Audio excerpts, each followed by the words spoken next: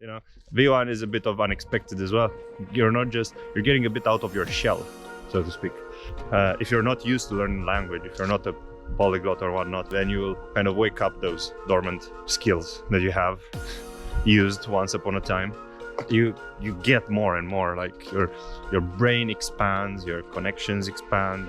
C2 is when you're just ingesting more and more and more, and you're becoming part of that culture 100%. It's not even like bilingual. When you're C2, I think your identity is partly, let's say in this case, Romanian. All right. Welcome back to a new Romanian Academy vlog from Chile Deva. Not Chili Pepper, but Chile Deva, because it's Chile and we're in Deva, which is a tiny mountainous town in southern Transylvania. And it's very nice around here, although quite tiny, but it's the gateway to the old Dacian citadels. We have a citadel up in front, up there, but that's nothing to do with the Dacians. That's medieval. Dacians weren't really alive anymore in the medieval time, unlike to what you will hear from some history obsessed people. Anyways, today I would like to talk about the various levels in Romanian: A1, A2, B1, B2, C1, C2, and the debatable level of A0. There are some people and frameworks that agree with A0. I kind of do as well. And this is what we'll cover today. So keep watching until the end of the video, because there are some surprises in here, some extra materials that I will point you to, and also some probably very nice scenery, because, as I said, it's a nice place around here. Now, if we want to address this idea of levels, you obviously need a framework, right? So we talked in the last video about fluency and thinking in a language. So I'm going to link it a bit to that, because they are kind of connected. If you haven't watched that video, please check it. You should have it somewhere up here. And yeah, we'll use that as a reference, because these levels don't make sense if we don't have that reference. And what these levels are just ways to see where you are with learning a language. But this is a problem, because there are many misconceptions, and many people see it as a, I get an exam, I take the exam, I get a result, and all of a sudden I'm there. But it's actually a bit more complicated.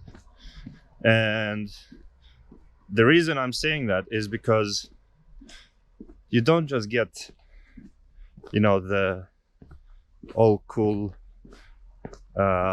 levels.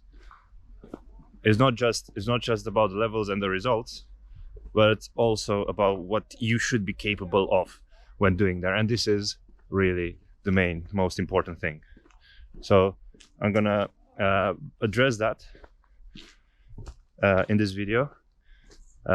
You will also get, and I really suggest you go right now actually in the links below and check the links to the CFR framework, because that will help you a lot in understanding every single detail.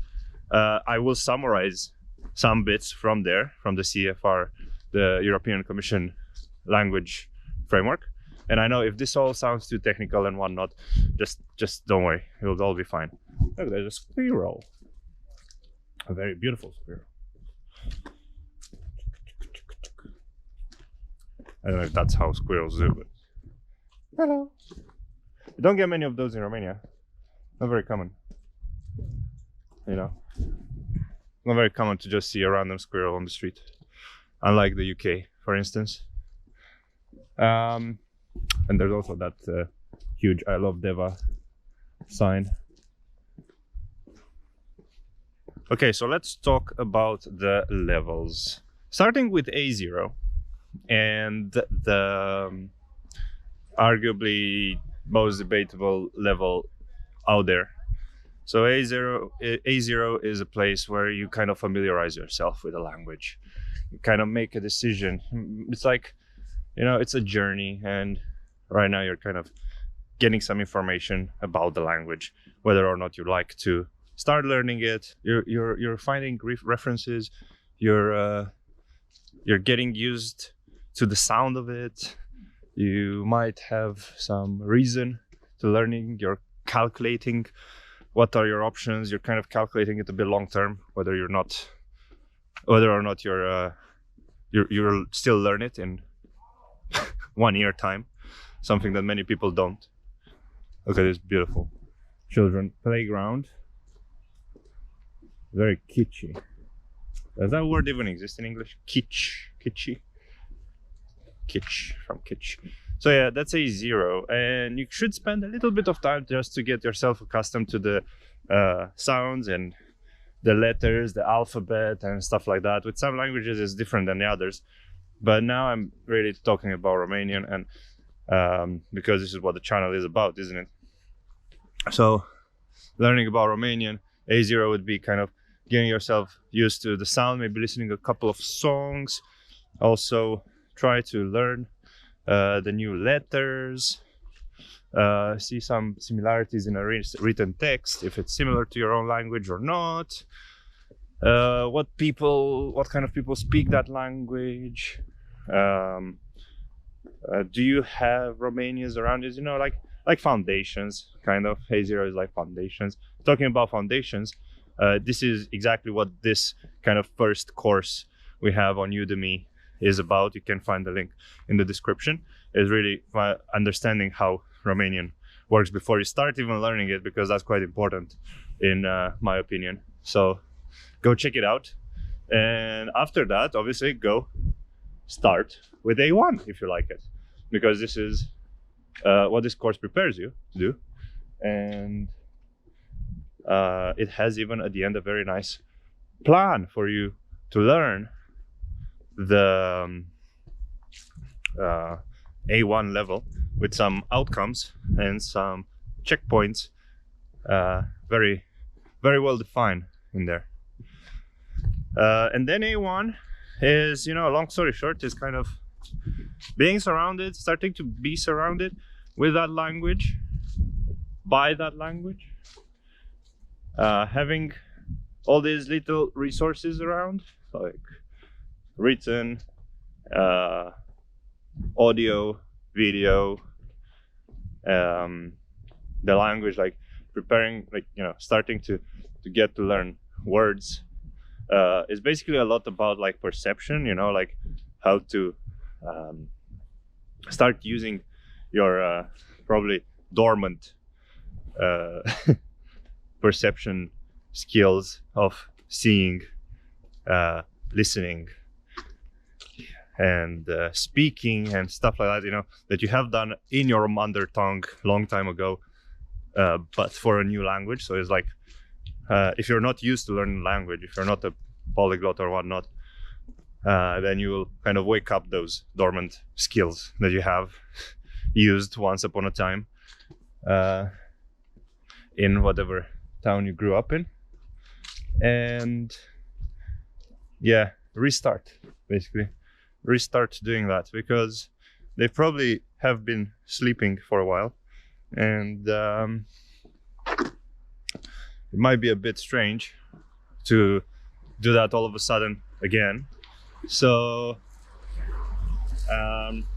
yeah, it's gonna be a new process, and for some it's scary. Some of you might be like completely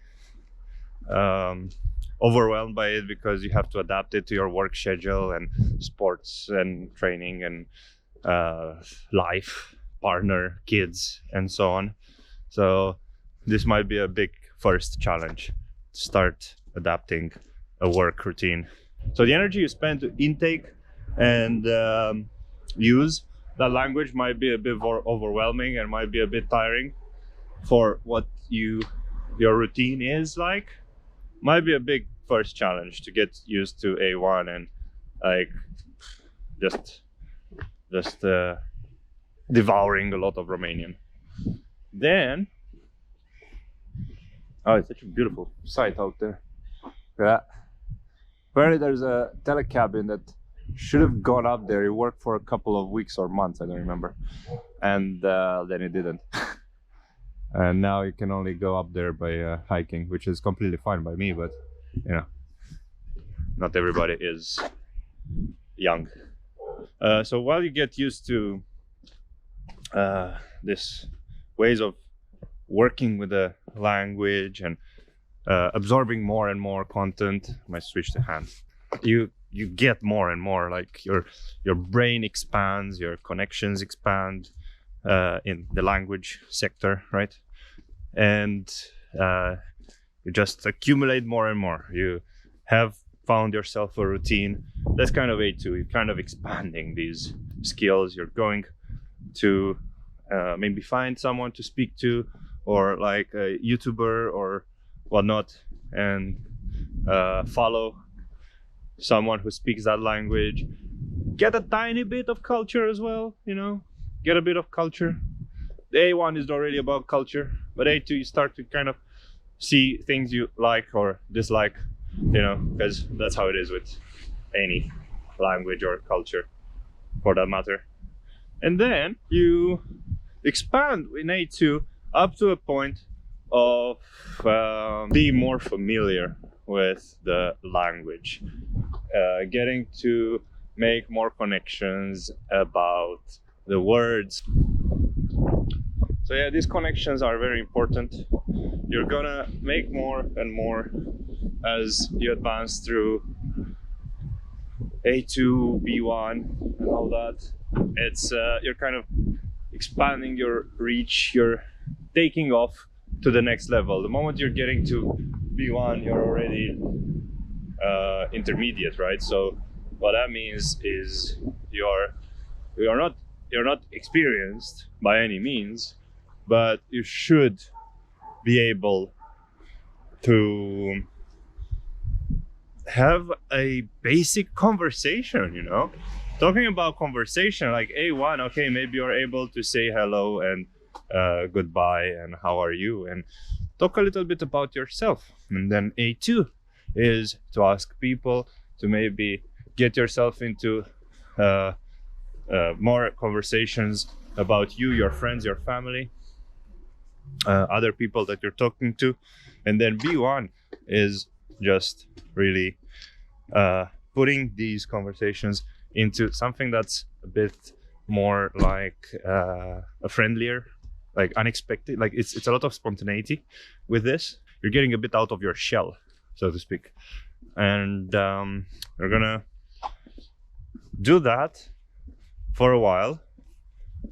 Depends for everyone. I think in CFR it's something about like on average like 200 hours spent in B1 if you keep learning it. And then you're gonna take off to a new, different, faraway land, which is actually depicted in the best way possible by one of my friends that created this map for our course. You can find the link just to the map in the description, and you can actually buy that. All the money is going to her. You can also get the map if you get the course for free. And I really recommend you checking it out because it's absolutely wonderful, mind-blowing. We worked together for a while and it was a lot of work to get there. But I think it describes perfectly this map. I might put it on the screen for you to see it a little bit, but it's depicted perfectly the language learning journey. So really recommend it. Go check it out. And when you come back to this video,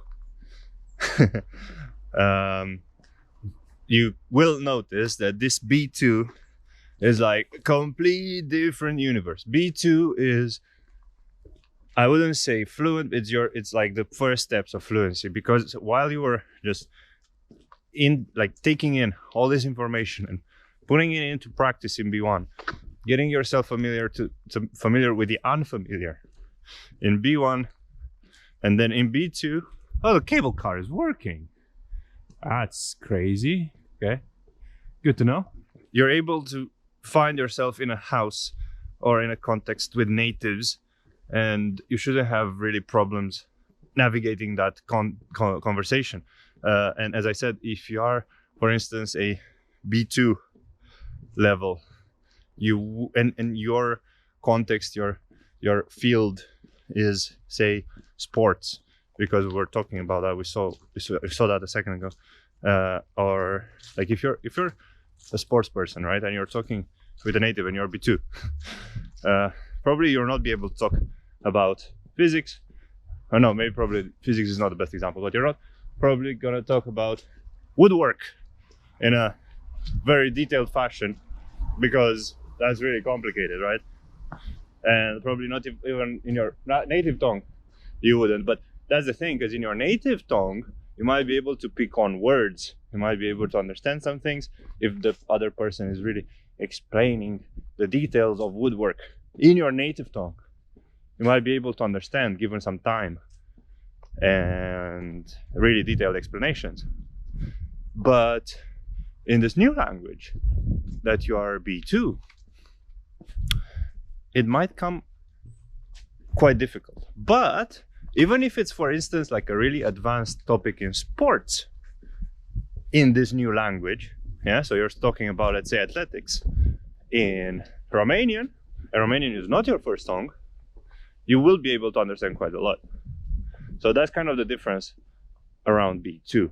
And then you're seeing from B2, you're kind of like, as I said, you're starting the fluency journey. You're seeing the next steps, the next, let's say, world you're going to have to travel to in your journey, which is the C1.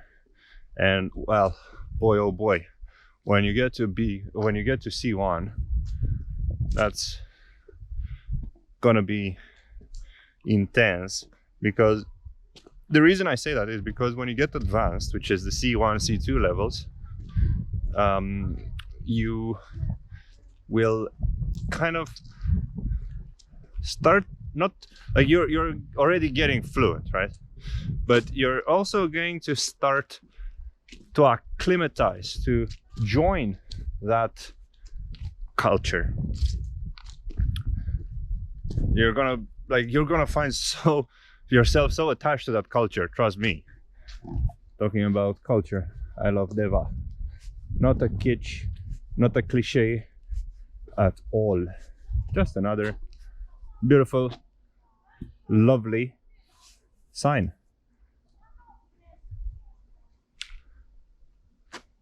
Actually, let's go that way. There's a really nice museum over there. So yeah, you're getting in C1, you're getting really culturally connected, and not only connected culturally but also bureaucratically, because you might, if you're C1, there is a high chance you are tied to Romania quite strongly, whether you have work where you need Romanian fluently, or you have a partner for a long time, or you live in Romania for ages, the chances are that C1 will find you in one of these positions, right? So at that point, you'll kind of have some bureaucratic ties to Romania as well, some documents and whatnot, for which you will need to speak the language at a decent level to handle these bureaucratic issues as well. You can see that in the map on the top left in this new space floating world, the citadel that floats above everything, full of weird buildings and whatnot. For those who hate bureaucracy, probably probably you get me. And then really anything higher than C1, which is C2 technically, is, well, for me C2 is a bit crazy. Like if you're sure, I don't think I am C2 in English. I might be wrong, but I think according to the frameworks, C2 is really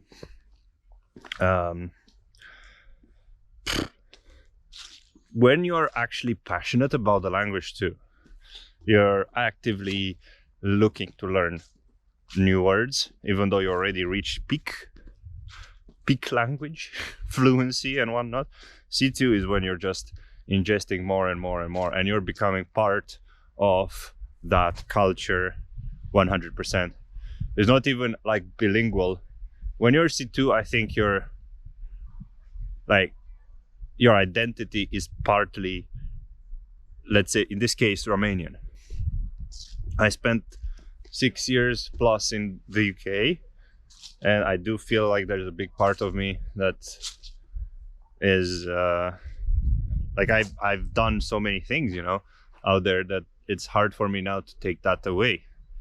And obviously most of the things were in English, spoken English with natives. Probably I shouldn't spin around so much, but I want to show you at the end this beautiful museum. It's a completely different level when you're C2. I'm gonna just have one more walk around here while I finish this up, and then I'll show you this very nice history museum full of Dacian and Roman stuff, antiques. In the map, C2 is depicted as a DNA kind of situation where you, like, the language becomes your DNA. It's part of your DNA. The culture is part of your DNA, and that's where you're, you know, probably many people won't really care about that, but you will do it just by default when you are C1 and you stay in a country for long enough with that language that you're learning,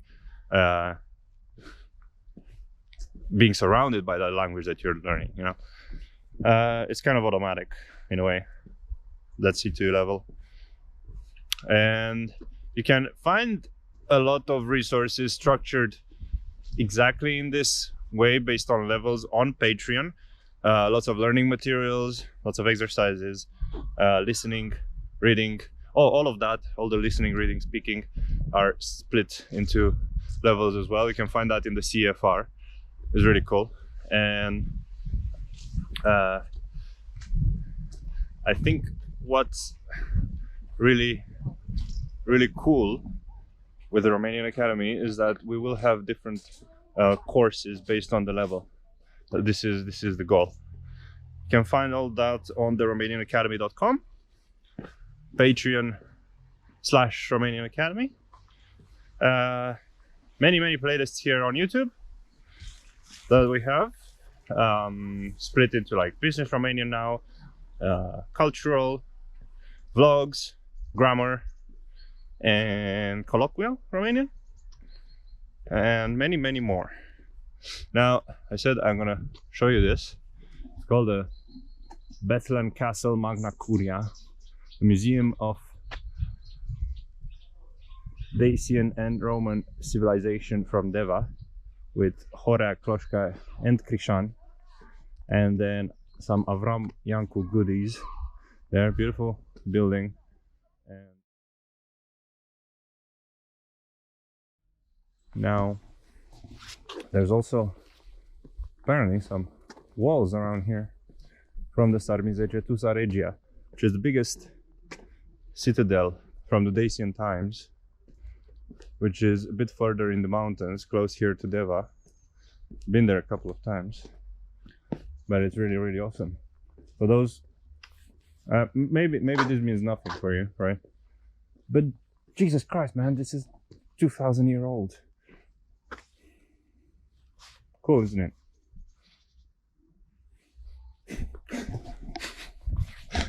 Anyways, So that's the episode from today. Hope this really brings a bit of clarity in terms of the whole CFR levels. And if you have questions, please let me know. You can also book a 15-minute call with me if you have anything unclear. Also check the course, because that's where you'll get the whole idea around levels quite well explained. This was just a summary. Check the map as well, find the link in the description. Support Sabina's work, and until the next time, from lovely Deva, la revedere.